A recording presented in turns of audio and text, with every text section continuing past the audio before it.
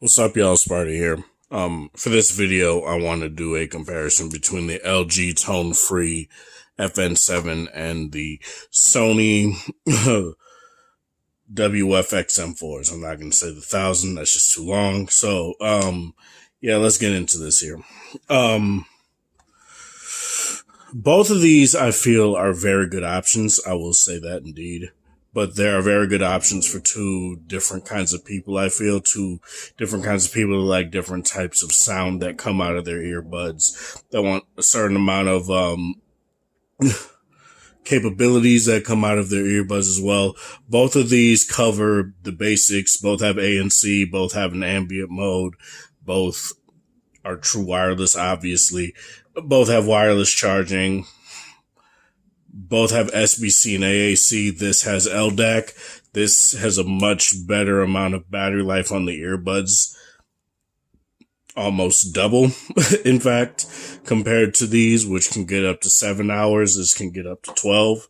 So that's very nice. I'll get into the battery in a second, but, I have the Tone Freeze connected to the S21 Ultra, got my V60 connected to the XM4s here. So let's get into this here. One, I will say, I like the case designs of both. I very much do like the puck design of the Tone Freeze here. I do feel like it does a very good job at feeling portable, but not necessarily feeling cheap, feeling has a good amount of heft to it. Nice grip. It's something that I do indeed feel was kind of lost with something like the Buds Pro, where that kind of felt a little bit too slippery for my liking. And this is kind of the same way, where it kind of has a similar feel to the FN7s, but it's far more smooth. I will say that. And overall, it looks like a very miniaturized version of the SP800N case from Sony as well, which is very nice looking. But overall, this is just very nice feeling in general, I do feel. The earbuds themselves are very nice and compact too. They are huge. Well, not huge, not gigantic. But compared to something like the XM3s from a couple years ago, which has basically been their flagship earbud, these are definitely far more comfortable to use in the ear for most people. A lot of people that didn't like how the XM3s felt in their ear definitely feel better about how these feel in the ear. So that's very nice to know. Whereas these are more like your AirPod style. Let me raise the ISO here up a little bit. But these are more your AirPod style, where they look very much like AirPods. They don't look identical, but they have the stem style. You have a haptic little button right here. If the phone will focus. It doesn't want to focus. Whatever. Let me do this real quick.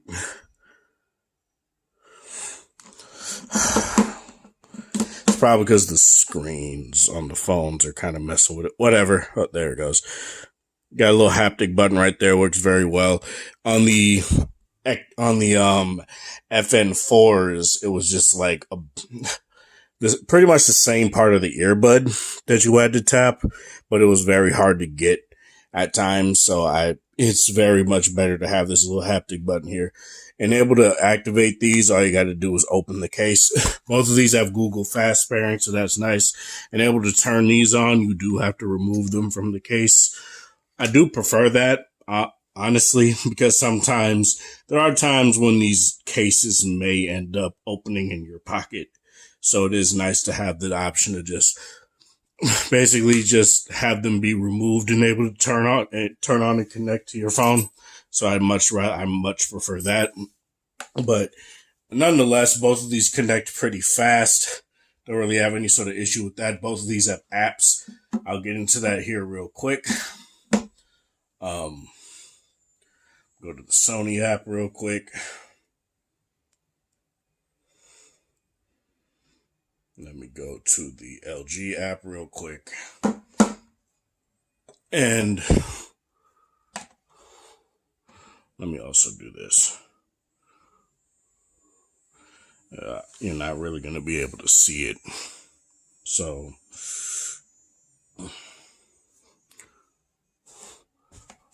hold on, give me a second.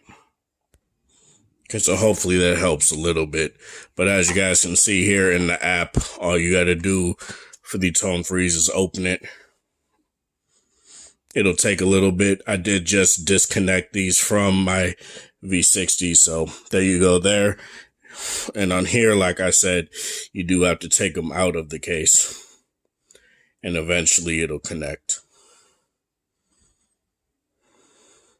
It takes a little bit for the XM4s to connect to the app, but it's not really that bad. Honestly, it's not terrible, but it is indeed something I want to talk about. So you have 3 panels right here on the Sony app. As you guys can see, you have your status. So this is where you can play, pause music and stuff like that. I don't know why it's giving me that, but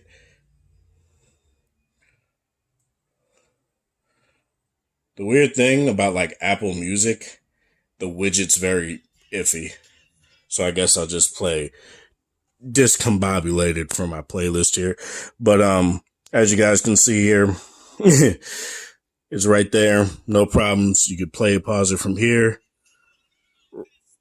Raise and lower the volume from here. So that's very nice. Get your sound. So here you can indeed activate or deactivate active noise canceling, ambient sound, yada, yada, yada. You can do your EQs and all this stuff right here. Your system, that's where you get into all your settings.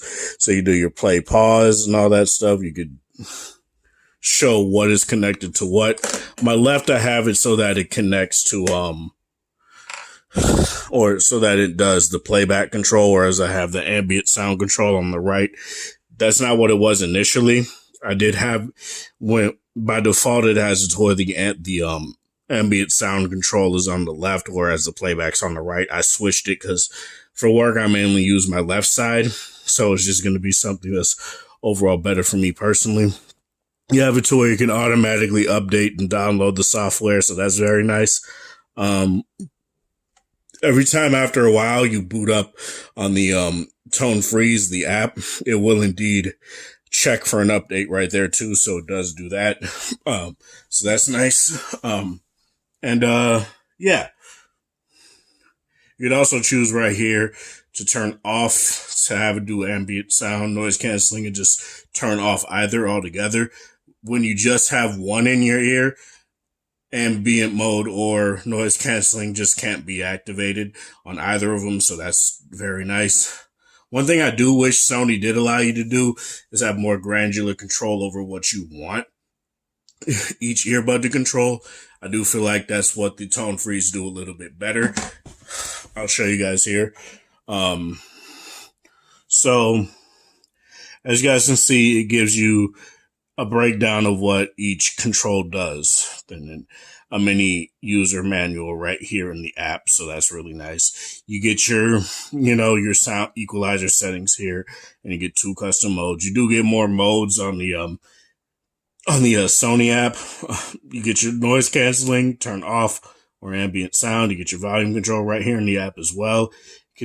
You could give the ability to lock the touchpad settings right here. And as you guys can see, let me lower the display here real quick. As you guys can see right here, you can choose to set whatever. You could set any of these as whatever you want. So to me, that's very nice. You could have the notifications be read aloud to you as well. All you got to do is go into your settings and click allow on the Tone Free app. And then you could have what you can do. I'll just set it up here real quick. So what you can do is you go into the notification settings, and you could do it to where it just reads off what notifications are coming in, or you could have it to where it'll read off the message as well. So that's something that's very cool, and you could have that done with every app right here. So that's nice. That's something that's not on the XM4s, something that would actually be pretty cool to have. Both of these can activate assistants as well, so that's very nice. But overall, I do feel like both of these are very well kitted out in terms of customization options. So I don't necessarily have any sort of issue with either. In terms of comfort, I will say this. I do feel like both of them, it's going to be highly subjective, right? It depends on your ear size and things like that. It varies from person to person. For me, I think both are very comfortable. I do prefer the comfort of the XM4s a little bit better, mainly because they're just more IEM style designed over the more STEM style design of what the tone freeze offer. But I really had no problem with either staying in my ear. I will say you don't get any sort of like wiggling around in your ear with the XM4s at all, especially with the stock tips you get on the earbud themselves. They are foam tips. You do got to squeeze them before you put them in your ear so that they expand in your ear so that you get maximum amount of comfort. There's like literally no wiggle at all when you do that. So that's very nice. Whereas the tone free FN7s definitely have that sort of issue where they will wiggle around in your ear a little bit. I don't think it's as drastic as like the AirPods Pro. I feel those are a little bit too much, but LG did a very good job of making sure that I feel with the tips that it's pretty goddamn comfortable. I don't really have any sort of issues with them. Let's talk about the sound. I do feel like Sony, with the default, with how they're tuned out of the box, they do give you a warmer sound. It is detailed. It's nice. No real issues with that. It doesn't really have like the best bass response out of the box, I feel. It is bassy. It's not like, say, the Sony Extra Bass headphones bassy or anything like that, but it's a nice, tight, and clean bass that does indeed give you a good amount of punch, especially it totally depends on what you're listening to.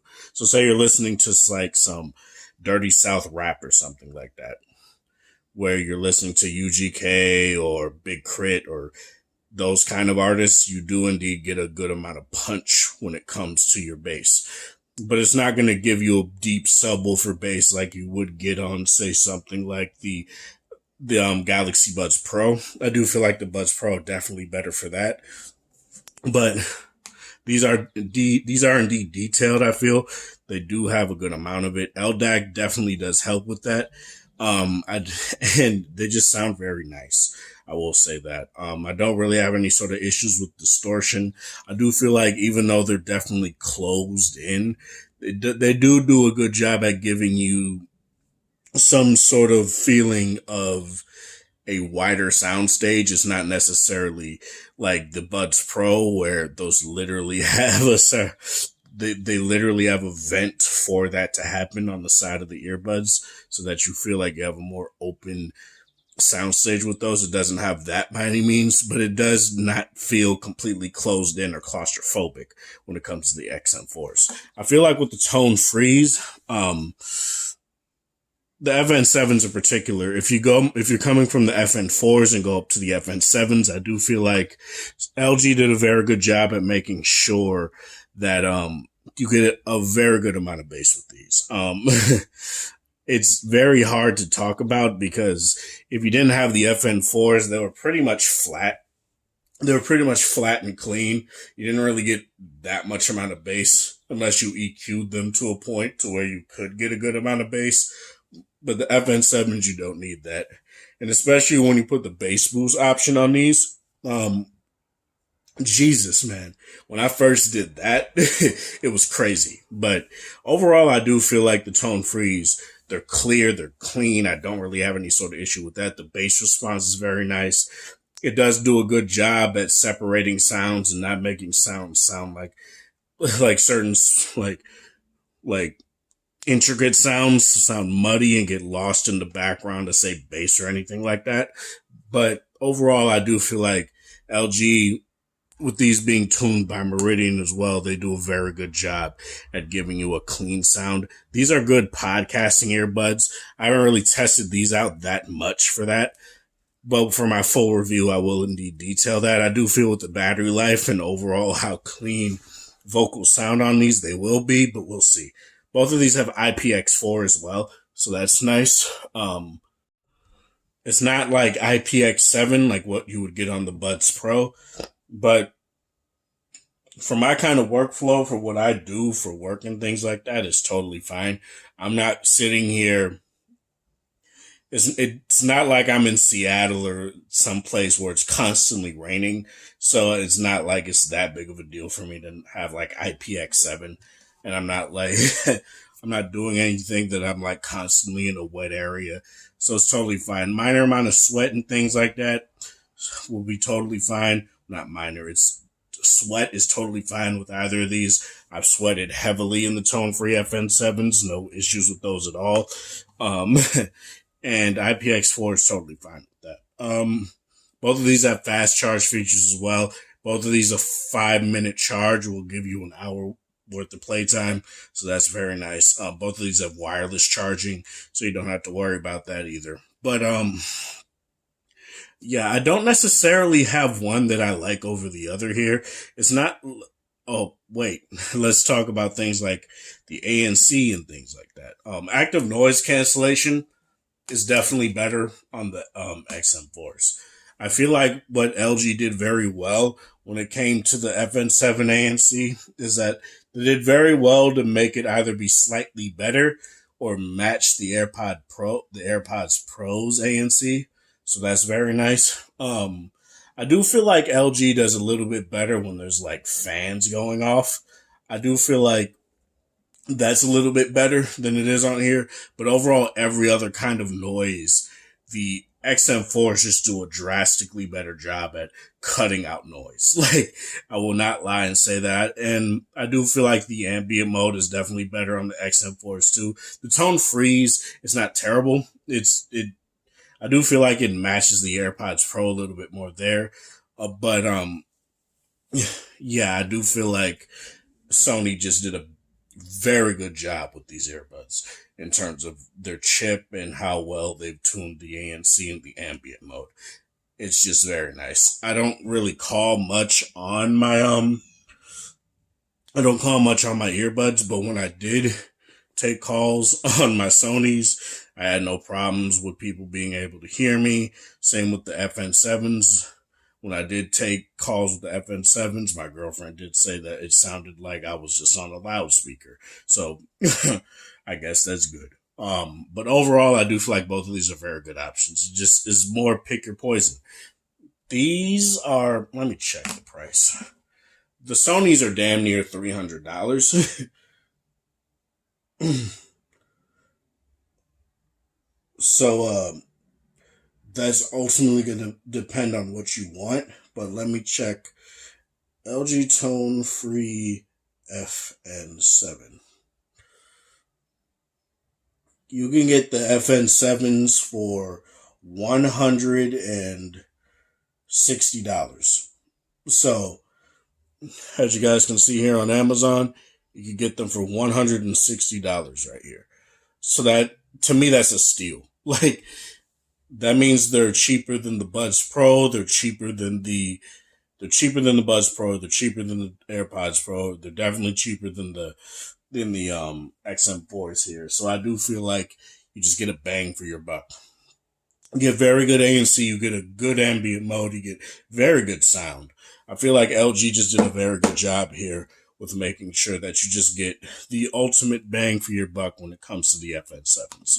Whereas these would be more if you just want the best in class of most of the things. I'm not necessarily going to say everything, but the best in class in the vast majority of, the ANC, the sound, the ambient mode, all of that is good. Both of these are very malleable in terms of EQing and things like that, so you're not going to have any sort of issues with that.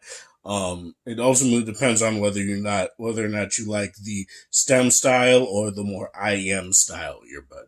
So yeah, I guess I could do a more brief look at both here real quick, just to show you guys what each look like. So both are in black, obviously. You can get these in white too. So let me do this real quick. I will say this, the XM4s definitely look bulky, but when they're in your ear, they're fairly lightweight. I don't necessarily have any sort of comfort issues with the XM4 at all. And they don't really add any sort of bulk to the case either. Whereas there's a little bit of heft with the FN7 case, but it's not horrendous or anything like that. It's not like it goes from lightweight to feeling like a brick. It's just a noticeable amount more hefty. But yeah, that's all I really want to say for this. Let me know in the comment section below what you guys feel.